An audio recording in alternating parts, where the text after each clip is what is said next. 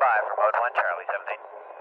Mark, mode 1 Charlie. And the flight dynamics officer says we look good on all sources, right on the trajectory. Crew will experience maximum G-forces of about 4 Gs at shutdown.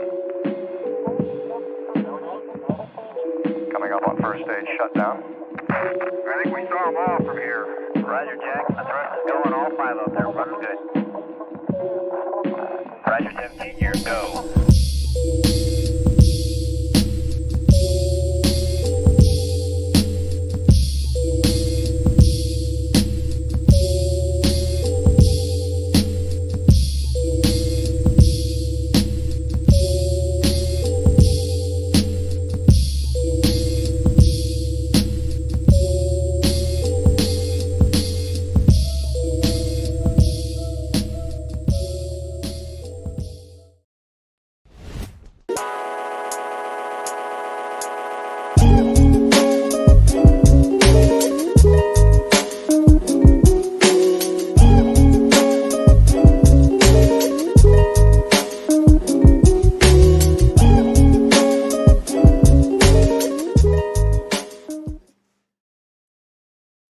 Greetings and welcome, family. I'm your host, Steve Muhammad, and we are doing this show on winter preparedness, a guide to staying safe and warm for what could be a potential very rough winter.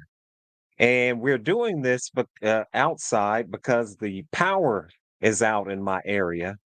And so we're doing this through a backup reserve. So this is why this program is so important, because you never know nowadays when the power may go out and when you may have to have a reserve backup. And so with this, we want to go ahead and talk about winter preparedness, because if the power goes out, and let's understand that um, the American infrastructure, the American power grid is so antiquated that it would behoove us to make sure that we have some source of alternative power backing up what we need to stay on. But with that, I'm going to introduce our co-host for this program, Mr. Aaron Olinger, and I'll bring him on. Yes, greetings, brother. How you All doing right. today? I'm Great. doing well, doing well. And like we say, we're not as clear as we would be on the other programs due to the fact that we're doing this through some alternative camera and everything. But the show must go on, and this is a very important show that we're talking about today, because we're talking about winter survival, a guide to staying safe and warm. And we already see the extreme weather that we had during this summer. We saw extreme heat, then followed up really by, in certain areas, an extreme drought, and in other areas, even extreme flooding. And I've seen the lights flicker in your area as well. So this is something that I think we definitely need to look at. So let's go a little bit into winter preparedness. And let's start off with, if you would, start us off with why individuals should really think seriously on preparing for this winter. Well, there's a lot of uncertainty going on in the world right now. I mean, with the possibility of cyber attacks, China already said that if we get into it with them, they're going to bring down our communications, our power grid. They're going to attack the water treatment plants and attack our money, basically. So there's an open attack there. Then you can have domestic terrorism, where you have people that would run around and shoot at the power transformers with their rifles. And that has been done in the past, and it appears as though some people were practicing and blacked out entire areas. you also have the prediction for heavier than normal snowfall for this coming winter. So Mother Nature can throw a curveball in there and shut everything down. I mean, we've said it before that there's 300 disasters that occur in any given year right now, and the weather anomalies are only going to get worse. I mean, look at 2021 when Texas had Right. a fleet ice and snowstorm that hit them, and look how Hmm. unprepared that they were, and look at how the people suffered, and there were people that died just for lack of knowledge. I'll cite one Mm, case where a woman and her son, they got into her car inside the garage, turned the mm, engine on, stay warm, and they died for lack of mhm. knowledge. I mean, I Right. thought it was common knowledge that everybody know to open the garage door or something, but apparently it's not. Mhm. And in a survival situation, anything you don't know is going to get somebody hurt. And it doesn't take very much to gain that knowledge as long as you're willing to apply yourself. And what everybody needs to understand, and I'm going to cite this again at the end of the show, Sure. this life of yours is your responsibility. You can sit back and say, well, I'm going to rely on the system to come save the day. But if they're overwhelmed, like the police force was in Texas, nobody's coming to Right. save you. This life is your responsibility, not somebody else's. You're the first responder. So, and if you wait until something Mhm. happens, you want to be one of those last minute people, like you always see in these storms and things that happen, that want to rush out and do something, or they try to hold a bad position with no stocks put back and come rescue me. You're endangering people's lives to come and have to rescue you. And if you don't have anything and they can't get to you, you got to live and deal. So right now, Right. if you wait until something happens, the opportunity to prepare has passed. You waited too long. So if you believe that Absolutely. something's going to happen this winter, right now is the time that you should be prepping, because who's got a big bankroll of money that they can roll out there and buy a bunch of stuff? I mean, I'm a budget Mhm. prep. I buy a little bit each month, and I have 6 month goals. And at the end of each 6 months, I can look at what I acquired, and I could think of how far I came in just 6 months, because it really adds up over time. So I'm gonna Right. stop there for right now, Steve. Okay, that was good though. And so I know that the Honorable Minister Louis Farrakhan putting a spiritual aspect into this.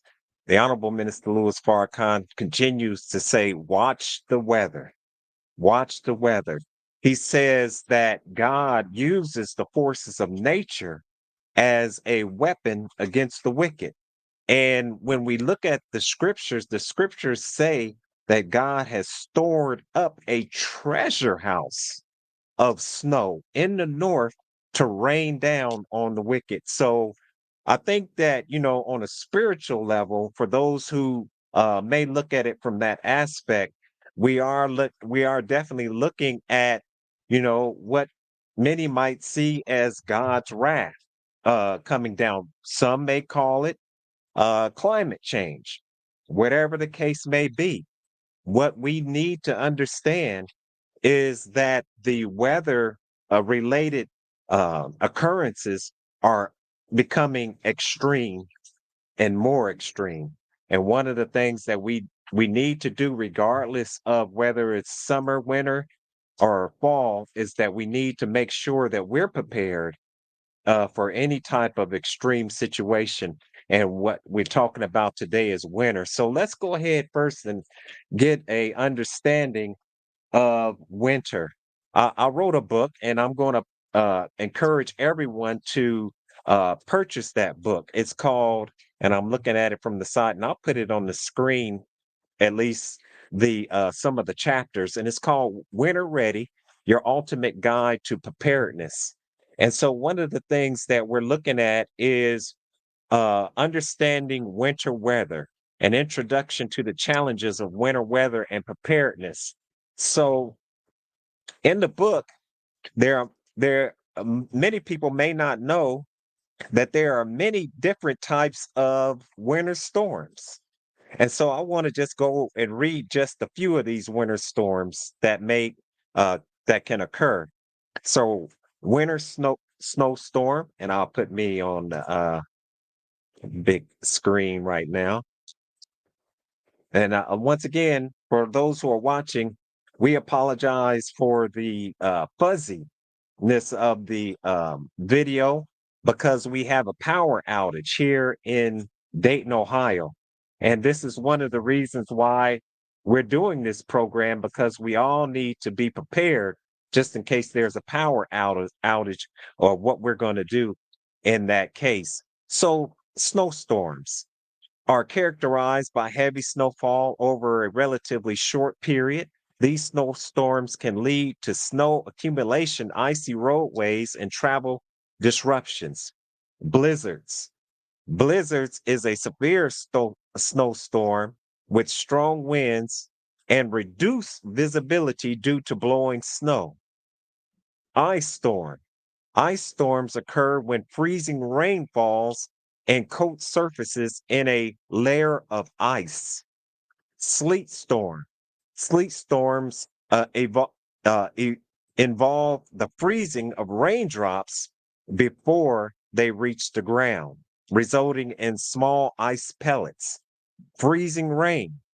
Freezing rain is rain that falls while temperatures are below freezing, leading to the formation of ice on the surfaces. Nor'easter. Nor'easter is an intense coastal storm that brings heavy precipitation, often in the form of snow, to the northeastern United States. Lake effect snow. Lake effect snow occurs when cold air moves over relatively warm lake waters, causing intense snowfall downwind of the lake. And just a few more. Winter squalls. Winter squalls are brief, intense bursts of heavy snow and strong winds. And one that I think many of us have come a little familiar with is called the polar vortex. And while not a storm per se, the polar vortex is an atmospheric circulation pattern that can bring extreme cold to regions. It can lead to frigid temperatures and increased heating demands. And so, with that, that's one of the things that we definitely want to look at. And um let's go ahead and start with preparedness for ourselves. You know, how should we prepare for this upcoming winter, and how should we prepare if it's going to be an extreme winter? And we'll just Well, talk about physical preparedness now. I'm going to talk in. Uh, there's going to be three areas you want to cover right off the rip, and then I want to get into safety items that you should be stocking as well that will cut the odds more in your favor. The number one thing that you have to do is handle how you're going to heat. What is going to be alternative forms of heating when your furnace is no longer running? That's going to be critical. Uh, there's an old saying, the rule of three. You survive 3 minutes without air. You can survive 3 hours in severe weather without heat or shelter. You can survive 3 days without water, 3 weeks without food. So in extreme weather, if you're exposed to the elements, you've got about 3 hours that you can live. And with extreme cold, you're also going to be dealing with possibility of hypothermia. So heating is going to be critical. That's number one. There's different forms of heating. You can have, if your house has a fireplace, I would suggest you get it inspected now. Know if it can be used or not. If it's gas, don't even bother. But if it's a wood burning fireplace, I would have that inspected right off the bat to see if it is functional or not. If you don't have a wood burning fireplace, you can get a buck stove, what they call wood burning stove. You may be tempted to save a few dollars and drill the hole in your wall yourself and extend the pipe out. But some of the sparks that would come out up close to your roof and the heat that would be generated inside the walls of your house. It's not uh, it's not properly insulated. You're going to set fire to your house just trying to save a few dollars. So it's worth having it professionally installed so that you can get that guarantee that it's been done right and it's been extended above your roof enough that sparks coming out the flue at the top's not going to set your roof on fire as well. Uh, so a wood burning stove would be great. Some of them run off of wood pellets or whatever. You're going to have to stock up some cords of wood, or if you're going to use a pellet type stove, then you're going to have to stack up some bags of pellets. Um, Another form would be kerosene heater. I've used them before when Hurricane Hugo came through Dayton and shut everything down years ago. Uh, I was able to use my kerosene heater to add warmth when it got pretty cold at night, and it heated the whole level of my upstairs. I mean, the living room and kitchen was toasty warm, and my 3 bedrooms was was comfortable, but it wasn't as hot as the living room was. And I got to Hmm. see and I learned how long it would run on low and how long I could sleep before I had to be awake. Because with kerosene heaters, what you don't want them to do is run empty while you're asleep or let it run empty. Because when it runs empty, it burns the wick. And when the wick gets burned and you start it back up, you'll start noticing sooty smoke forming on your curtains and on your ceiling and things because that wick is now damaged and you're going to need to replace that wick. So you never want to let that thing totally run empty to where it burns the top edge of that wick. Plus, Right. kerosene only has a 5 year shelf life. So after 5 years, it starts to get bacteria and it starts to get gummy. Things start, water droplets starts forming in it. So up to 5 years, you're pretty well guaranteed good shelf life with it. After 5 years, it's questionable. One I Yeah. And strongly I wanted recommend. to and I want you to keep that thought, but I wanted to say that in winter preparedness, this is one of the reasons why we need to be prepared and knowledgeable because a lot of people have lost their lives because of burning kerosene heaters inside and then that wick going out and then the fumes from that kerosene lamp filling the room and that could cause some it could cause death. Another thing that people do, of course, is they may run a generator, and they may run the generator in their garage, thinking that that their home is safe. But the exhaust that's emitted by that generator can seep into the home, and if it's a small confined space, it could cause the person's life. Also, we're looking at candles. Candles, if you're not careful and you have a pet or something like that, you definitely want to make sure that you put those candles out at night because the dog could bump them or anything could happen. And next thing you know, that your home is on fire. They do have a Mr. Buddy, a Mr. Buddy care. It's a propane heater and it's an indoors. You can actually have it indoors, and it comes with canisters that you can buy, and that will heat your home up. And of course, I would always still have some form of slight ventilation for just in case. But I want to say that for those who are interested in these type of products, I'm going to put a link in the chat where you can get all of these items or many of the items that we'll be talking about tonight. But go right ahead. I hope I didn't cause No, you to no, you're forget fine. your train of Well, thought. not at all. With kerosene, I do recommend that you buy a carbon monoxide detector um, because you want to Mm, have that whether you're burning propane or kerosene. That can save lives. Now, propane, that's my preference. Kerosene would be second. Propane has an unlimited shelf life as long as, say, the seals on this container here remains intact. hmm. I can pass this down to my grandchildren. It will still be Oh good. yeah. So that's a 1 pound canister of kerosene there. I mean, of propane. Again, unlimited shelf life. You can stock those up. Your gas grills have a 20-pound propane tank. If you get the adapter, you can run that to your grill or to your Mr. Buddy. Now, what he was referring to is You this already unit got it right here. ready, huh? Okay, yeah. And this is the Ex- bigger one. It has 3 Yeah. temperature settings. And what I like best about it, now it'll hold a bottle on each end, on this end, and as well as on this end. It holds a 1 pound bottle on both sides. However, it will run with just one.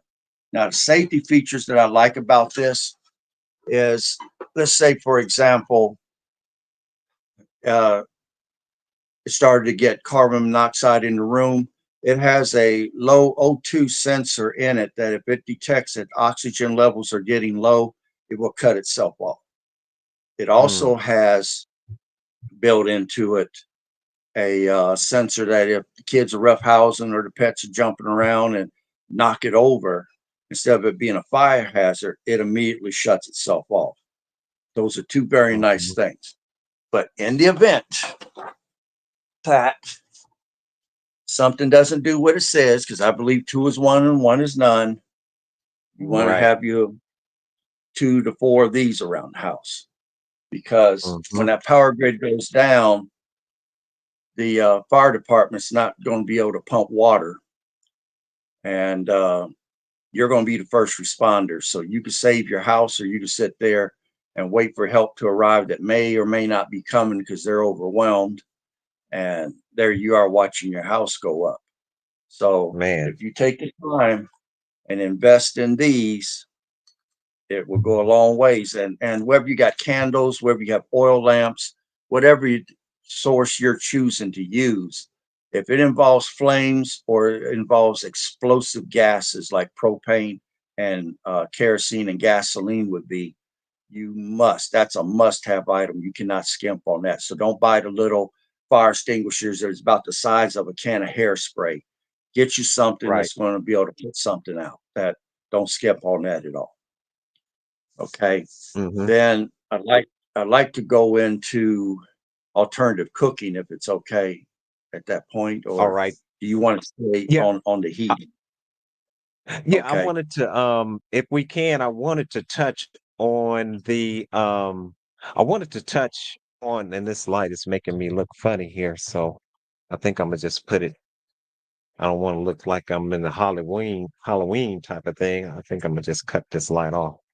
So I wanted to touch on some of the clothing that we should look at wearing when we Okay. step outside. One of the things that having children and being a child myself, you don't even think about the weather when you go outside.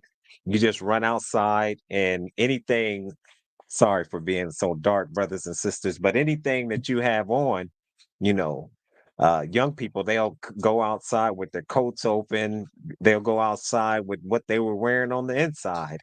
And sometimes, even as adults, we'll say, I'm going to run to the store and we'll just jump in the car. We won't put on a coat or anything. And so that I think in the winter, when you have it's cold outside or snow, we just don't want to be in that mind state. We want to be in a mind state that if something happens, that we're prepared to be in the elements. And so we're going to go ahead and talk a little bit about what we should wear, the type of material that we should wear, because some of us may have cotton and cotton collects moisture. So in the winter, cotton is not the best type of clothing material that we should wear. But Mr. Brother Aaron, if you can go a little bit into that. Well, I want to say right off the bat, there's 2 parts of your body you can't skimp on when it comes to protecting, and that's going to be your feet and your hands. Hmm. If your feet get so cold that they become numb and you can't feel them, you're not walking anywhere. it's almost over with. And if you get to where you can't grip and you cannot use these to Right. try to save yourself, it's game over. You lose your hands and you lose your feet, it's game over with. So I definitely recommend taking off them canvas back track shoes and getting you a Yeah. good pair of insulated boots. Right. Don't skimp on that, because if your feet go out, it's over with, Yeah. and you'll end up losing toes and losing parts of your feet. And you sure don't want to do that for just lack of knowledge. I mean, you see Right. these people running on the middle of winter wearing these hoodies. That's ridiculous to me. I Hmm. was always told by my parents, you dress for the weather. I've got two insulated bodysuits that I can put on in an emergency. I've got winter coats and some of them are Parkers. Uh, I've got thin insulate skull caps that I can put on, because you're going to lose 90% of your heat from your body is going to come up around your head. So you definitely want to Right. protect that and have some sort of protection over your face as well to keep frostbite or anything from getting hold of you. Uh, Gloves, Hmm. headgear, and I'm gonna show you a little trick that goes along with the safety gear I was talking about. Okay, a lot of the EMTs I have, these are emergency blankets. They're silver, Okay. like aluminum foil, and then there's a thicker one called an aluminized emergency blanket. Hmm. I don't know if you can see the difference, but one's way thicker than Yeah. the other. Right. Now, you can take some And duct tape. I wanted to say real quick that, those little thin metallic blankets are really thin, and you almost wouldn't think that they wouldn't work. But whenever you watch any type of movie, you'll see that that in the ambulances, it's sitting in the back of the ambulance. They always have them sitting in the back of the ambulance, right? And they have them wrapped up with that little what looks like a little a silver blanket, but that's actually what they're wearing. And so those are something that you can buy a number of them and keep them in your car in the winter. And we'll talk about some of the items that you should have in your car as well. But go right ahead. Okay, those blankets with a little gorilla tape or some duct tape. You want the roll to be at least 2 inches wide. Don't skimp on that. And you can, if you're not heavily clothed, you can wrap that insulated blanket around you, tape it, put your coat or hoodie over top of it. What it's designed to do is it reflects your body heat back at you. So that would be a layer of insulation. And that's the key thing when you're talking winter survival, is going to be able to layer your clothing up. That's going to be key. The layer that sits Hmm. directly on your skin, you want it to wisp the moisture off your skin to prevent frostbite. And then everything else is to hold heat in, basically. So those insulated blankets, like I said, uh, one of them is, the thick one's $8. The cheaper one is like $2. Multi-purpose use, must have. So it goes into your emergency kit, your bug out bag, your blackout kit, whatever you have. And like I said, Hmm. this tape is excellent to have. So you want to have that on hand. But keeping the heat from escaping from around your head, layering up the clothing on your body, protecting those hands and feet, because without it, you're not going to be able to grip or grab, and you're not going to have no mobility. Uh, Insulated underwear. I don't care if it's not fashionable. I don't care who's going to laugh. If they're freezing to death and you're sitting there warm, let them laugh. I don't care. Right. I'm not trying. That's I right. don't live for them to please them, you know. But Hmm. a good pair of boots that are insulated, and if they're water resistant, all the better. And don't save the boots until something happens. Walk in them, break them in, because man, those boots, if you're trying to break them in a disaster, they rub your feet raw. So get them broke in Mm. before you have to use them. But I'm gonna stop Right. there for right now. Okay, that's good. That's real good. And so these are some of the items that we should definitely have on our person. Like you said, one of the things that we should have is one of those the well, would just call it a ski mask, but basically something that will cover your nose and your mouth. Breathing in that cold air is actually not good for you, especially if that air is below a certain temperature. So that's one of the things that we should definitely consider.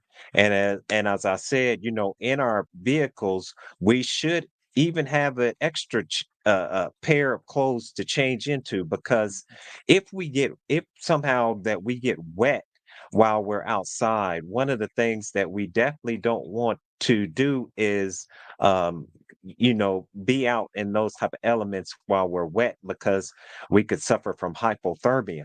So definitely get you some extra clothes to put in your a car, and put all these items in like a to-go bag, or you can put them in like a box in the back of your trunk, so that you can have access to it just in case anything might happen. So let's go ahead. Let's get a little bit into while we're on our physical. Yeah, go right ahead. I wanted to cover some more safety gear if you didn't mind. Oh yeah, yeah, Okay. for sure. Okay. Next item I Give want to us all you got. discuss. Sleeping bags. Yeah. Okay, this is a North Face brand sleeping bag. It's rated Mhm. 25 below zero. If you want to avoid um, hypothermia, you cannot sleep directly on the ground. The cold ground will just, while you're asleep, will just draw the heat right out of your body, and you won't wake up from that sleep.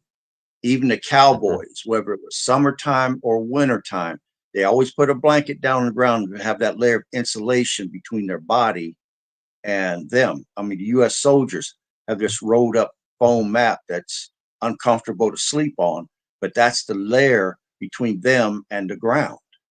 So if you don't want to see your loved ones or yourself come down with hypothermia, even the hobos put down a layer of cardboard. They will not, they Right. got enough sense not to lay on that bare ground or on that Mhm. concrete. It just draws the heat right out of you. You'll go to sleep and you're not going to wake up from that. So Right. having that sleeping bag in the event that you're sheltering in place in your home will be another way of being able to keep yourself warm and keep yourself from getting frostbite or losing extremities. Now, Right. along with that, let's see, trying to think. Mhm. I know what it was. You had brought up Mhm. candles. Now, they have different types of candles. I have a blackout kit that I keep handy. Okay. You have survival candles that will burn for Mhm. 36 hours. They have 3 wicks in these.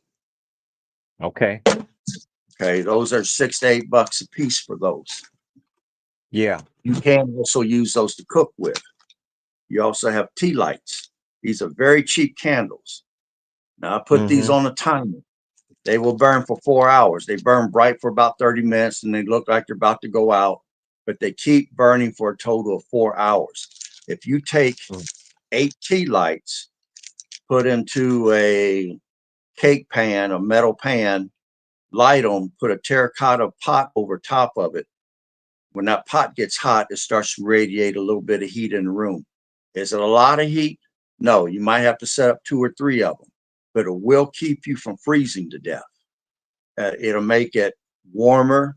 You might have on your sweatshirt and be comfortable, but it's not going to be toasty warm or nothing like that. The amount of candles you'd have to burn. And then with these, every blue moon, you might get what they call flame up, where the candle gets so far down and then it looks like it explodes slightly. It blows a bunch of light up into the pot or whatever. So again, if you're dealing with candles, having these on hand is critical. But at the Right. same time, you can take 8 of these tea lights and set up 2 bricks, put the tea lights on it, put a pan over top of it, put 1 cup of water in that pan, and 8 to 10 tea lights will make that water boil after about 8 minutes. And if you can boil water, Okay. you can cook.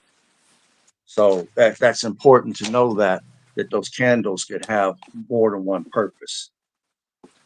But All I'll right then. stop. I'll And stop so there for right now. let me Oh, see here. no. Hold on a second. One more. Yeah, This is yeah, real go ahead. important. Okay. Again, Gorilla tape or duct tape, 2 inches thick. And you go into Walmart in the paint department and you buy this Husky plastic sheeting. Now, what this is that's what they call painter's drop cloths. It's 4 mil thick plastic sheeting. What you're wanting to do is, if you're sheltering in place in your house, the power's out, grid's down, you have no idea when it's coming back on, if ever. You want to create a micro environment inside your home to where you're going to select a room. Right. And in that room, you're going to go up to those windows, and you want this 4 mil thick because it's going to create a barrier, moisture barrier between the window and the plastic. And if the windows are drafty, it will prevent any cold air from coming into the room.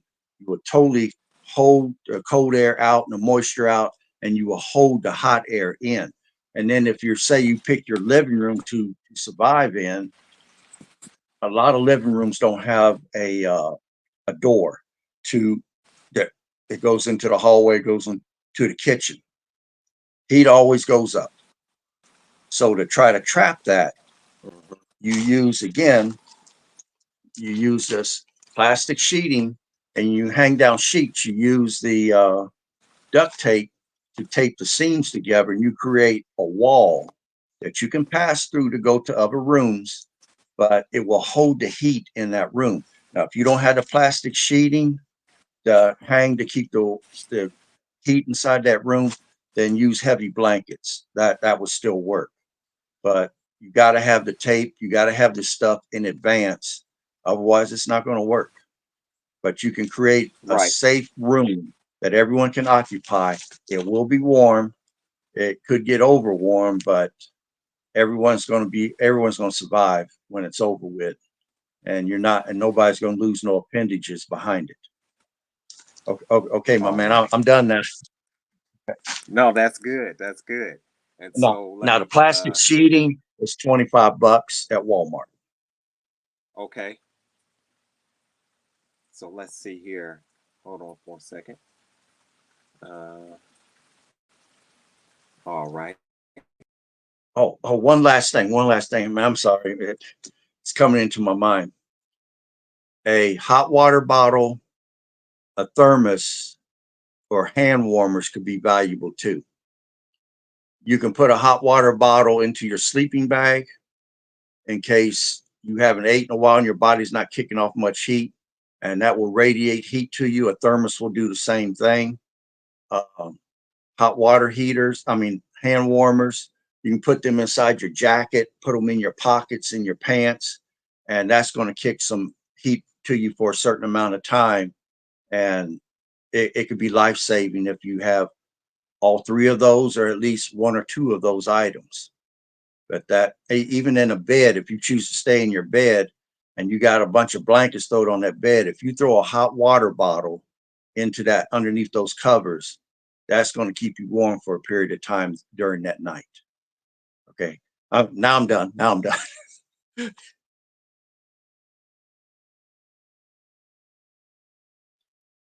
Can't hear you.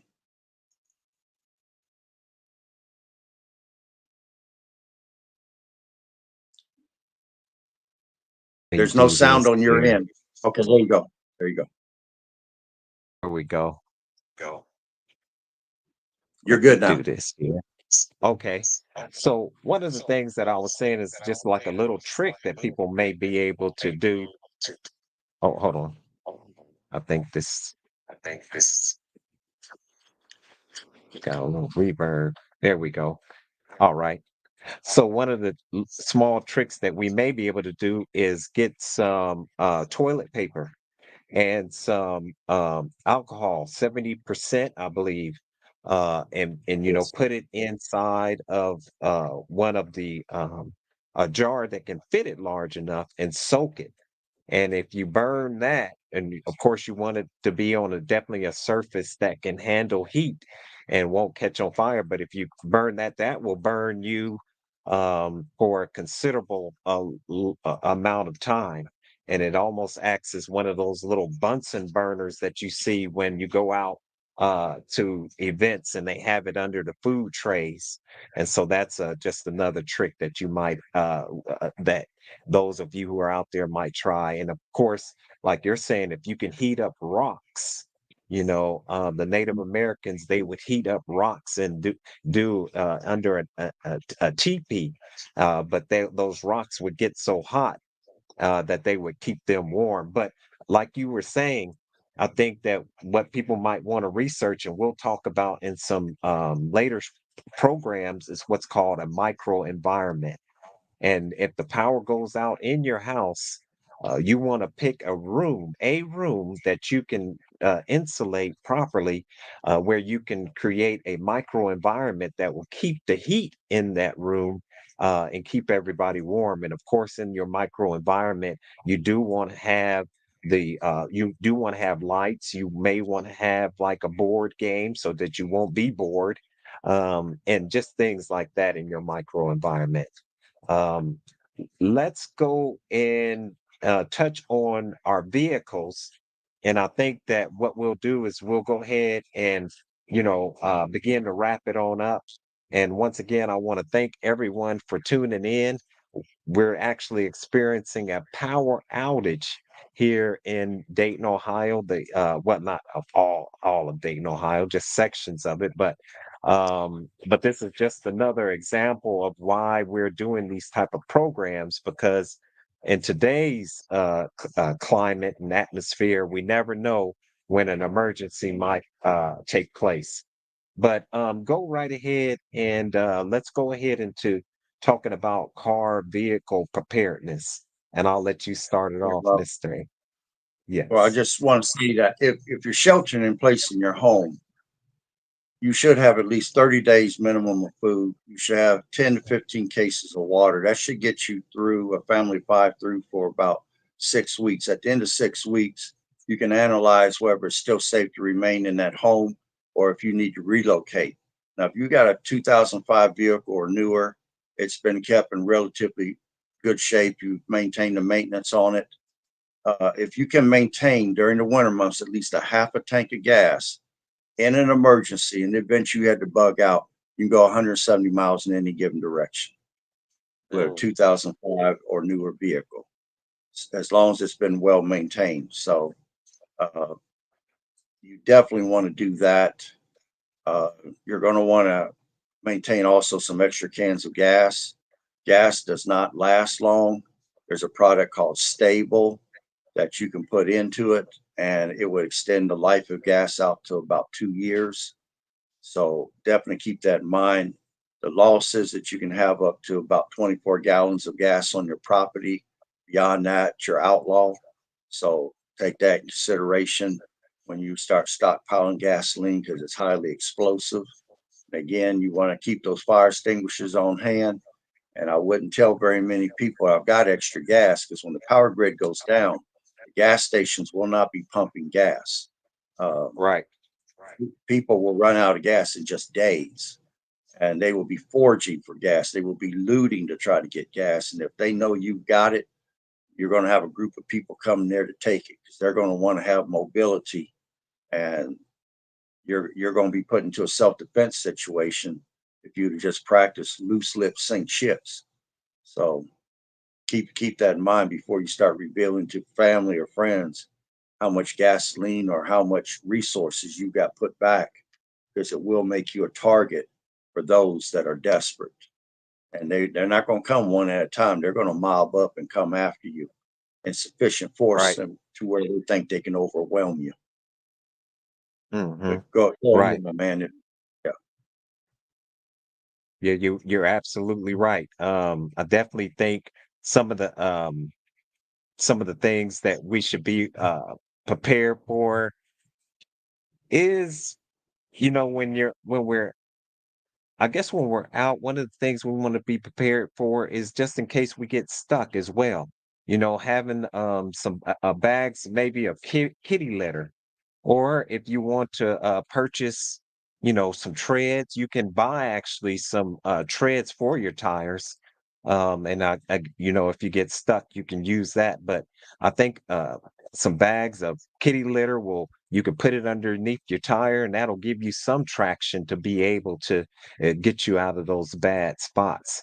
Also, you might want to invest, of course, in a AAA membership or some type of membership where you can call, and maybe get some type of assistance just in case you do get stuck. But other than that, what else? What more would you add to that for the air? Oh, you would have to have bug out bag in your car, some sort of water.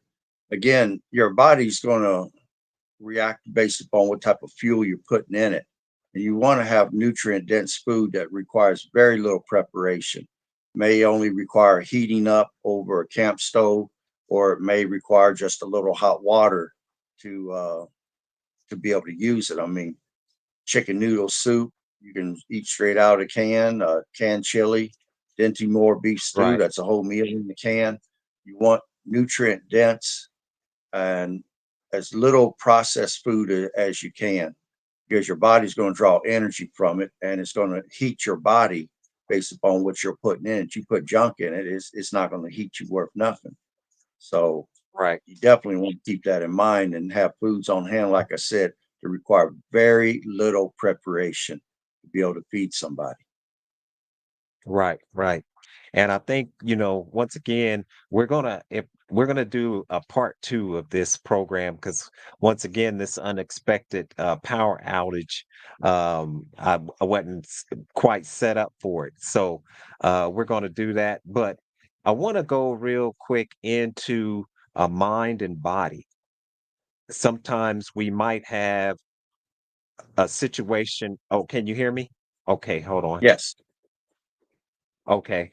All right. Sometimes you might have a situation where, or you just need to be prepared mentally and physically for winter. Because we hear a lot of people when they get outside, maybe they snow off their driveway, and next thing you know, they have a heart attack. How physically fit should we, be not just in winter, but all the time? I mean, you should keep yourself in the best version of yourself that you possibly can. All action begins with a thought. So your mental health has to be down. But once you come up with the plan, the physical body's going to have to be able to do it. If the power grid's down, you're not going to have power tools to do anything with unless you've got a Right. generator that can charge up the batteries for you. And on that, I'd recommend a dual fuel generator that runs off of both gasoline or propane. So if one is in shortage, you might be able to find the other. Champion makes an excellent one. That's the one I have. Or you can get a solar generator. I like the EcoFlow Delta model. They're very reasonable. They do have financing on them. Again, I'm a budget prepper. Two is one is none. I mean, one's going to make a lot Right. of noise and give away your position. The other one's going to be totally quiet, and no one will even know that you've got power unless you want to reveal that to them. But I'd more or Right. less say having power is going to be key, and defining your power needs is also going to be key. Right, absolutely. Absolutely. And when you're prepared, that state of mind that you're in is a lot more steady and calm than when you find yourself in a situation and you're unprepared for it. So we're saying that to all of those who are watching and those to share this type of information with your friends, your family, your associates, and let them know to begin to prepare for a rough winter and to also um, look at getting themselves in physical and mental shape. Um, with that, I guess we're gonna begin to close this on out. Um, Mr. Aaron, what more would you like to say as far as winter preparedness? Well, I like to mention lights, Okay. Yeah. but I have here is a solar light that you'd put out in your yard to light your sidewalk up with. There are some that are at least 50 candle power, and that's the ones that I recommend. And it does have a light switch on it, gives off quite a Yes. bit of light. Charge them up, save your batteries for your tactical lights for an extreme emergency, and just use these outside. Let them charge, bring them in, set them in front of a mirror or something to reflect the ambient light. You can light an entire room up to be able to navigate a room. And you Yeah. get like two of these for about 25 bucks.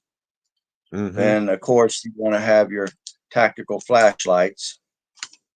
Right. And then this is what they call a camp lantern that goes inside your tent and it pulls Oh, apart. that's And I mean, good. it does some light. And then if you Yeah. didn't want to use it for that, you wanted to use it for a flashlight, you touch the button on the side and it has a light and it has other features that to be able to signal for help. It also has Right. SOS. So, and you're looking at That's excellent. probably 15 to 20 bucks for one of these. They run off of AAA batteries, and you want to standardize your battery use. You don't want to have a bunch of different things run off of different batteries. If you can pick two types of batteries, maybe AAA and maybe some D cells, or AAA and AA batteries, and make all your electronics, your radios, everything run off that same battery, then you only have to stock one type of battery, and everything's going to run off of it. So that's going to save you Right. some money down the road as well. But having lights Okay. inside at night when it gets dark is going to save morale. It'll keep people who are scared of the dark and hearing people screaming and dogs barking and gunfire outside.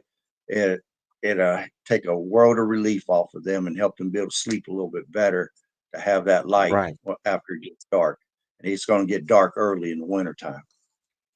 Yes. And what would you say about the hand crank radios? The hand crank radios, they also, some of them also come with a light. And like you said, they have that solar power recharger on top. And also the benefit of having one of those solar powered radios is that you can keep abreast of what's going on and when the lights might be turned back on. But yes, if you could comment on that. Okay. I like the solar powered radios quite a bit, but I also like the hand crank radios. This is called Yes. a 4-in-1 flashlight. You crank it, and you can do that with the solar radios. Right. Cranking this for 5 minutes will give you 2 hours of playtime on the radio. It has a little plug in the bottom, pull out the aerial. You can turn on the radio and turn it to a radio station. Let's see what am I on here. Mhm. It come in. I'm in a bad reception area. It also has Okay. flashlight on it and a couple of things I gotta charge it up, but and then it Right. has a siren on it that, let's say that you were caught in an earthquake or tornado, building caved in on you. You got weight pressing against your chest where you can't yell. When the dogs come up, if you hear people above you and you can get your hand on this and hit the one button after you done cranked it a little bit, uh, it gives off a siren sound that the dogs will hit on, and you will make it possible for the rescuers to be able to find you in a cave in. So That's these are excellent. called these are called 4-in-1 emergency lights. You're looking at about Those are 28 excellent. bucks. Yeah, That's not bad at it all. useful thing to have. It's one of the items I have in my blackout kit. So I Mhm. have bug out bags and stuff, but I also have a blackout kit for when things go dark. Now I don't expect lights to come back on. And what I have Yeah. it in is I've got in a 5-gallon Oh, yeah. bucket, and I'm Okay. using a gamma seal lid. You just fill the bucket up with candles, lighters. I got waterproof matches, everything. And it's got a watertight seal. Just stack buckets. I mean, everybody can stack a row of buckets in the bottom of their closet and still got room to hang your clothes. I mean, you probably stack them too high and still have room to hang your clothes.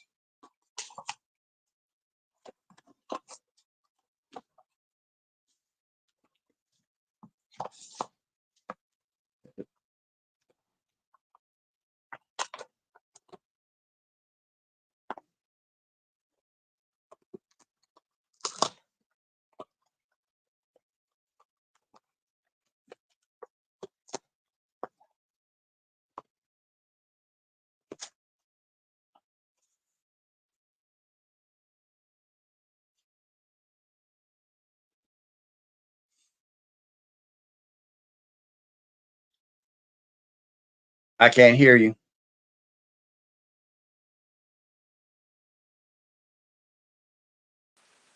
Okay, now hopefully you can hear me all right. Now I got you. Now I got you. All right, good. So one of the things as we close on out that, that we want to just look at close out. If you could give them just some, and we'll go ahead and close on out with the tips that you can provide for people to. Well, I want to reiterate what I said in the beginning about this life is your responsibility. Too many people want to rely on the system. They go, Uncle Sam's going to be there to save the day. If FEMA and Uncle Sam shows up, that's just more gravy for you. But your life is your responsibility. You got to take authority in it. You got to get out in front of this stuff. So when it happens, you're going to thrive while everybody else is going to panic. I mean, you take a look at Texas. A lot of those people left their homes because they were freezing. They went to the motels. When they got to the motels, as soon as the water pipes started breaking, they lost water pressure because of the pipes freezing. You are not allowed to stay in the motel if it doesn't have running water to flush the toilets. That's a health hazard. So those people had to leave. They were already paying $400 to $800 because of the price gouging, and then they still had to leave and go back to their freezing homes because they didn't take authority. Benjamin Franklin says, when you fail to plan, if you fail to plan, you're planning to fail. So keep that in mind. Get out in front of this. And when things go down, you and your family are going to thrive.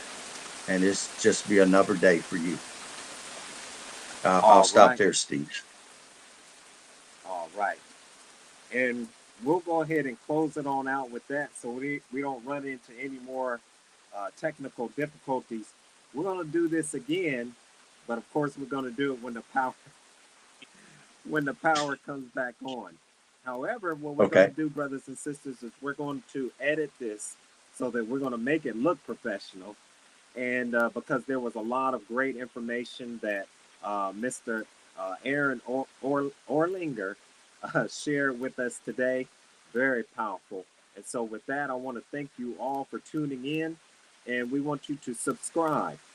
Visit our Patreon site where we are going to go ahead and post the edited version of this program. And with that, may God continue to bless you and your family with the light of truth and understanding. God bless. Bye-bye.